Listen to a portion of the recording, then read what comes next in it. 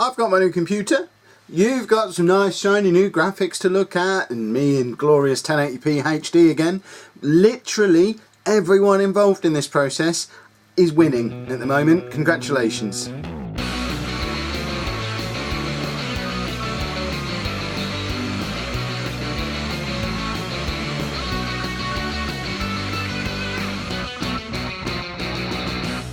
Hello and welcome to part 5 of Up the Posh. I'm Kev, and coming up on today's episode we have games in League One away against Sheffield United and then at home against Chesterfield. Since you were last with me, I've played a chunk of games. I forget exactly how many I've played because it's a couple of days since I played the save, as you'll know from the fact we didn't get a video yesterday. But the important thing is, even though I'm red-green colourblind, I can sense that there's no red in the league apart from right at the top of the page there, back in October. So we had a bit of red in the FA Cup, and we had a bit of red in the Johnson's Paint Trophy. We're not going to concern ourselves with any of that stuff, because we are on a massive no-red run. And quite frankly, that means everybody is a winner. What it means is 27 games into the season, we're just outside the playoffs with a game in hand. So we're on 42 points, 6th place is on 47 points, but we have a game in hand over them. So there's every chance that we can have a playoff push in this second half of the season. You'll remember as well from last episode that we had a little bit of money to spend because of the Brit Assombalonga sell on, score so many goals, play over many games clause thing.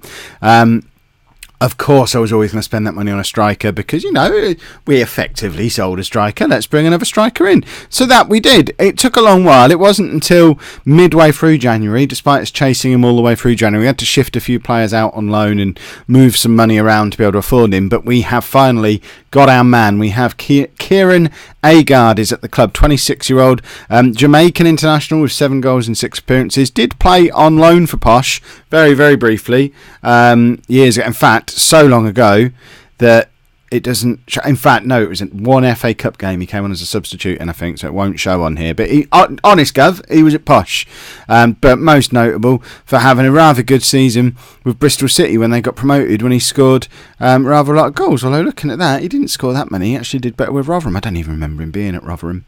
I obviously wasn't paying attention that day. But we bought him for $325,000, which is a snip of a bargain for a 26-year-old just coming into his prime. And he's repaid us with a goal on his debut. So can't really complain about that, can we? We have had a slight tactical change as well while you've been away. Those of you who have been around on the channel for a little while will recognise this one. This is the tactic we used, at least for the first half of my time with Ipswich, when we got promoted out of the Championship and sort of established ourselves as a Premier League club. Later on, we did drop this guy back there and it became a diamond when we finished second in the league and started winning stuff. But I don't think we need to go to Diamondsville just yet with Posh. I think we've got enough about us going forward that we'll be all right like this, and we'll probably outscore most opposition. The thinking behind doing this, I thought someone was walking in the room. Bearing in mind I'm not even in a room, I'm in my garage and there's no door. Well, there's a door to the garage, but it's not over there. That would have been quite confusing. But the thinking behind setting this up was that Forrester, halfway through the season, he's supposed to be our best player, isn't really doing it for us. Whereas Skugel, who was playing in attacking midfield, is having a fantastic season. So my thinking was, well, if we stick Forrester just here on a roaming playmaker, that was always the position that did best for Ipswich. Skugel can stay as an attacking midfielder, and everyone's happy. The problem is, the second game we played this system, Jermaine Anderson came in for whatever reason and was brilliant and hasn't given up the roaming playmaker position since. So Forrester's been playing as a box-to-box midfielder, which isn't ideal for him, but he is getting a go in the attacking midfield role today as a trequartista because Skugel has now picked up an injury. He's going to be out for 3 to 4 weeks with a groin strain. So Chris Forrester finally has a chance to show us just exactly what he can do. Right, how do we get this stupid Steam nonsense to disappear from the bottom of the screen? New computer time, here we go. Kev doesn't know what to do. I imagine it's in settings. I have too many people on my... There you go. No, we don't want notifications ever. Get rid of notifications. Right, they should stop happening now. I don't think I display any private information when I do that, do I? Let's just assume not, eh? So, let's have a little run through of the team that we're going to be playing away against Sheffield United today. We've got Ben Alnwick in goal, a back four, which is, it's our usual back four. We've switched stuff around a little bit because that's what we did in this tactic before, but otherwise it's the same back four. Bill and Williams at left back, Bolden and McCulloch at centre back with Hayden White at right back. Midfield today we've got Razak, Bostwick and Anderson with Forrester in behind Seeger and Agard. A couple of people probably going to be a little bit miffed that they're missing out. Danny Philliskirk had been doing really well as a deep line forward in this system with Seeger as a poacher, so he's been dropped in favour of Agard, but he can play anywhere in any of those 6 positions, so he won't be out of the team for long. Marcus Maddison and Paul Taylor are going to be big misses potentially because we haven't got wide players. They're both the only place they can play is there really, and Skugel and Forrester are the 2 best players at the club, so they're not going to get in past them. Leanne Goll as well is slowly trying to fight his way into the team, but not doing very well, bless him. He's no 2015 vintage Leanne Goll, those of us who watched Up the Posh last year. Let's get into this game against Sheffield United anyway. See what we can come up with. Hopefully we'll manufacture a nice win from something. Yeah, I want to proceed to the match. Can't you tell this is the first game I've played on the new laptop? Normal people would probably have a trial run, not old Kev. I'm pretty sure you're supposed to... Oh, of course, we've got our new assistant manager today. Forgot to tell you about that. Lee Glover's gone off to manage someone. I forget who. Game sounds. Oh, that happened the other day as well. Go away, game sounds. There we go. We've got none of our stuff on either. Professionalism on this channel is as remarkable as ever, so we want match stats. We want the Sheffield United formation. We want a bit of a league table as well. Lee Glover's gone off to manage someone. So David Dunn, the former Blackburn player, I don't know what he's been doing since, but he had to retire from football to be able to come in as our assistant manager. He didn't have a club or anything. He just, was apparently still calling himself a professional footballer despite not playing football professionally, and felt the need to have a retirement ceremony when we appointed him as our assistant manager, which... when he explained his plan to do that in the interview, that's basically why I gave him the job, because the whole prospect of it just made me chuckle in my head. So I thought, you know what, Dunny, if that's how you're going to do it, you're all right by me. You and me were cut from the same cloth. Why do something quietly and sensibly when you could just make a massive song and dance and make everybody hate you? So I'm totally on board with that. I thought we'd just given away a free kick and got a player sent off there, but in fact Agard is through here. What can he do? A little bit slow to react, but Forrester coming in from deep has a shot from range. There you go, Chris Forrester getting into attacking positions. That's the first time we've seen that this season. Right, White finds Anderson to Forrester again getting into their box. I like this already. We're getting Chris Forrester into positions where he can do some damage. Hayden White was awful there, and we've conceded a goal. Don't tell me this computer's bad luck as well. We're back on the green screen. We're back with the... I don't want this to be more bad luck. Why are they on when we've got the replays on? Hold on. This isn't how we do things around these parts. There must be a button here that tells me we're going to minimise... auto... No. I don't know. I don't understand. I'm sure there probably is a setting. Hide pitch windows during replays. That's the one we were aiming for. There we go. Right, that stupid nonsense hasn't come on, has it? No, good. We don't want any of that. Right, now we're fully set up. Let's go and win this football match. Oh, look, they're in again. Where are Sheffield United are pushing for automatic promotion. It wouldn't be the biggest disaster in the history of the club if we didn't come out today with a win. But, when we're unbeaten for so long, we're unbeaten. It's February now. We're unbeaten since October. It's a long old unbeaten run to give up just because you lot have turned up. Seeger's in and probably should have done a little bit better with that. That was a little bit unfortunate, but we have plenty of time to come back at him again. White now with a chance to whip in across. He beats his man. Cross does come into Agard, and Agard's got his second goal in 2 games since signing for the club. What a £325,000 signing he's going to turn out to be. He's going to score the goals that blast us to promotion. And White did really well to beat his man and get the cross in, actually. And Agard seriously took his time. But in the end, did manage to tuck it away nice and neatly. And it's 1-1. And, it's on now. Right, Razak to Forrester. Seeger. It's an ambitious through ball that Agard was never going to be awake enough to get hold of. He's not match fit. This is only the second game he's played all season. Razak now Doesn't really do anything. Bostwick intercepts Razak out to Binham Williams, who's in acres of space, crosses in, and was it Forrester who got on the end of that and didn't really make anything of it. But this is some nice flowing attacking football now from us. This is how we've been playing when you lot haven't been around. Right, White to Forrester. Forrester with a beautiful ball to Seeger that deserved a finish. How that one didn't get put down as a clear-cut chance, I do not know, because that was glorious. Right, we're all over him at the moment. The stats aren't really telling the story that I'm seeing from the highlights. Anderson intercepts. Agard is through again. What can he do? Nothing. He just sort of runs into his man. And, yeah, never mind, eh? Right, White to Forrester. Forrester back out to White. White crosses in. It seemed to disappear and cross in thin air. And Agard tries to nip in onto it and doesn't quite get there. Right, Forrester again to Razak. Razak to Seeger. Doesn't quite get there. So frustrating. Right. Finally. I mean, this has been an action-packed first half. Is this just on key highlights? We're on extended highlights, that's why. Come on, Kev. Get with the programme. Let's put it onto key highlights. Goodness me, this would be a 45-minute episode if we left it on extended highlights. Here's me thinking it's a big, exciting game. No, I just didn't have the game set up right because I'm a plum. Right, Seeger now is no. Okay, right. I'm going to throw this out there now, and it's going to not make any. Matty Dunn. I've had him in the game before. I don't remember whether it was. I don't think it was in this save. I think it might have been last year. He might have even been part of my Up the Posh team last year. Anyone out there who might remember that, let me know.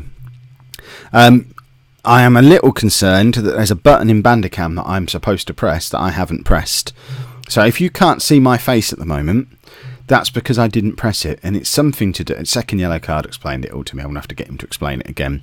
There's a button you press that allows you to sync up your voice and your sound properly, because if you don't press it, it all falls out of sync. So one of three things is happening. Either I'm dreaming of that button and this is all running perfectly, in which case just disregard all this. Option 2, I've identified now that there's an issue, forgotten by the time I've come to edit the episode together, and I'm now completely out of sync with what I'm saying to what is happening in the mouthful region, which is going to make that motion look really weird if I wasn't saying mouthful region at the time. So that's probably, let's face it, that's the most likely option. Or option 3 is I was supposed to press a button, I forgot. Oh, we've just equalised. But I did remember that I'd forgot, and there's no picture of me at all. Whichever one of those it is, I'll have it fixed for tomorrow. Promise. Agard got in loads of space when we scored a FIFA goal. Seeger and Forrester queuing up to tuck that away. And it's 2-2. We're doing all right against a good side here. I'm going to take Seeger off because he's struggling a little bit. And we're going to bring on Lee Angol. And we're going to make him a defensive forward because that's what he likes to be. And, let's have him charge around a bit. Put them under a little bit of pressure. I don't know if you're supposed to play a defensive forward with a poacher. I suspect you're probably not, and we're probably going to throw the game away because I'm fiddling with it. But we fiddled with it a couple of games ago and it worked. Hasn't worked today, has it? We'll blame all that on Angol. Yeah. Right, here we go. Another replay. Done again. Rubbish. He crosses in, and we've just given their centre forward. I mean, he's completely unmarked. A free header in the 6-yard box. That's just rubbish. How do we let that happen? Right. Binham Williams is having a terrible game, but we haven't got anyone to bring on for him, and I wouldn't anyway. It's a waste of a sub swapping your blooming fullbacks about. Right, we're going to bring Marcus Maddison on for Razak and drop Forrester back into midfield and let Maddison play in here. We'll make him a shadow striker and let him run past Angol. That's the thinking. And then we've still got Taylor and Phyllis Kirk as options to bring on if they're needed to try and change things up again. But if Sheffield United score here, what's the blooming point? 'Cause we're not going to come back from 2 goals down with 15 minutes to go, are we? They've got a long throw now, and we just about battle it clear again, but the cross comes back in. Right, Maddison has got it, finds Angol. Can he find Bin and Williams on the overlap? He does. Can he get the cross? He does. Maddison's there and forces a save out the Sheffield United goalkeeper. If you look at these stats, we've had 3 clear-cut chances today, and Sheffield United have had none. There is no justice in the world. We should be winning this game. And instead, because United have got that about to be promoted run good, it's not to be, is it? Right, we're bringing on Phyllis Kirk now to play as a ball-winning midfielder, because why not? We signed him for £750,000 to play up front. Why not play him as a ball-winning midfielder after 6 months? He's not scored any blooming goals anyway. If he's going to establish himself with us, it isn't going to be as a forward after 6 months of complete trash from him. Oh, there you go, he's my scapegoat. Stupid Danny Phyllis Kirk. We're not going to get a goal back here, are we? We've played so well. Maddison, just why? And we've lost 3-2. That is very disappointing. Right, hopefully we'll bounce straight back with a win against Chesterfield. There you go, I'm here now. I remembered the button you have to press. I hadn't pressed it, so almost certainly I wasn't here before we came back for this match. Of course, if I was, saying I'm here now doesn't make any sense. Yeah, I just can't win. Right, changes for this game. There are but 2. Michael Smith comes in for White at right back, just really to give Hayden White a little bit of a rest. And Phyllis Kirk, I felt sorry. I lost it with him in the last match, and he doesn't deserve it. His family might watch this. So I'm giving him a start up front alongside Agard. It's nothing to do with the fact that Seeger's injured. No, nothing to do with that. He'll be out for a couple of weeks with some injury that I can't remember, and scrolling and all that. I still haven't got my dongle back, so I can't scroll easily. So let's get into the Chesterfield game. Hopefully this is all going to run beautifully smoothly now. Look, I've set my team talking stuff to happen automatically again now. I've got my new assistant manager. We're on key highlights. I've got everything set. I can just sit back and relax here, get my phone out, have a little go on Candy Crush. Do I even have that installed? Probably not. I could do some Pokemon. Oh, I like a bit of Pokemon. Right, Anderson, lovely little layoff to Smith there. Razak through to Phyllis Kirk, and Phyllis Kirk, I don't care if your family watch, if you miss another chance like that was clear cut. Not going to be happy. So that's now 4, count them, 4 clear cut chances in this episode. What a free kick from Michael Bostwick. He has absolutely leathered that. I mean, that's just gone through the goalkeeper, I imagine. There's no finesse there. He's just hit that as hard as he can, just like he does in real life. So he's just smashed it. Yeah, right down the middle of the goal. 1-0. What I was moaning about is we've had 4 clear-cut chances now, and it looks like we weren't going to win either game, but we're 1-0 up in this one. So what does that do to the league table? This must be our game in hand, I guess. So if we can win this, we're only 3 points behind Charlton in 6th place, with a significant chunk of the season still to go. The playoffs are not out of the question still at this stage, and isn't that an exciting prospect? I do like a playoff. Right, Anderson, another fantastic little ball, and I don't know why we didn't get to see the rest of that highlight. Agard was through. You would expect him to at least force a save out of the goalkeeper there. It's almost as if someone turned off extended highlights. Right, we're starting to, look at those stats. Chesterfield have not had a shot on target yet. We are not giving them a sniff. And here comes their sniff, I imagine. McCulloch, good interception. We're a bit unlucky with how that bounces back. And it gives Chesterfield another bite of the cherry. And in comes the cross. No, they're trying to play it through like a big boy team. And they force a save out of Anik. And that was some quite nice football from a team that up until that point we hadn't allowed to have a shot on target. Anik punches clear now. Forrester finds Phyllis Kirk. Phyllis Kirk just holding the ball up nice there. I like that. Found Anderson, and Anderson for once with a weak pass, but Agard's in. 3 goals in 3 games now, and that is a proper poacher's goal. There isn't another player at the club who would have scored from there.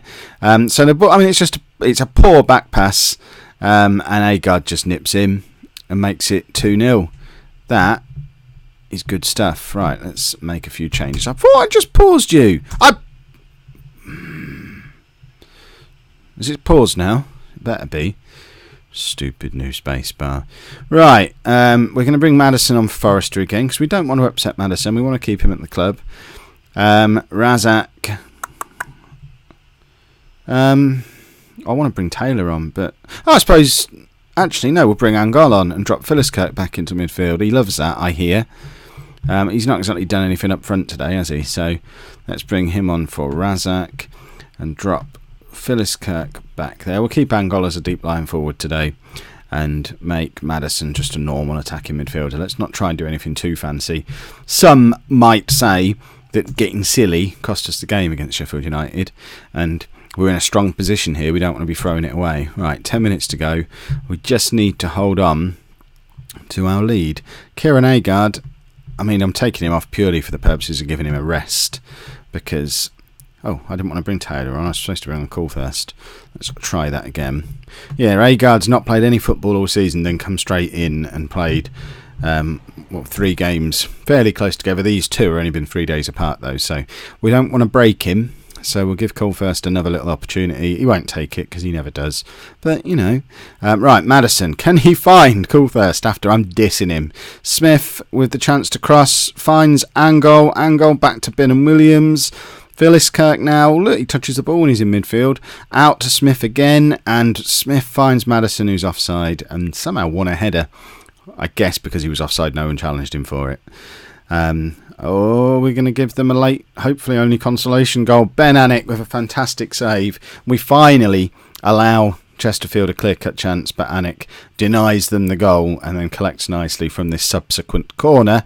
Right, Smith's been good at right back today. We haven't played him much this season, but he's had a good game and he's in again here. Can he cross? He does. He finds Angol. Angol hits the crossbar. All right, we've got less than a minute to go now. Smith's going to do a nice long throw.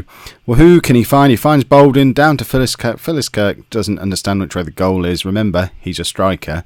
Philliskirk again finds Maddison. Maddison tries to slot in Angol. That was clever play, but didn't quite come off. And Chesterfield have men over here, but we've intercepted through Bostwick. And Philliskirk finds Anderson. Anderson, beautiful ball, spraying it out wide to Smith, who finds Coolthirst. Smith again finds Coolthirst again. We can't get it to Angol. We're desperately trying. And we've looked quite good with this attacking arrangement. And we've come out of that with a 2-0 win. So, as it stands right now, we are just 2 points behind Charlton, who are in the playoffs. And we've got, 17 games left. This is on, everybody. This is on. If you've enjoyed that, make sure you pop a like on there for me. Subscribe to the channel if you'd like to see more. And thank you very much for watching.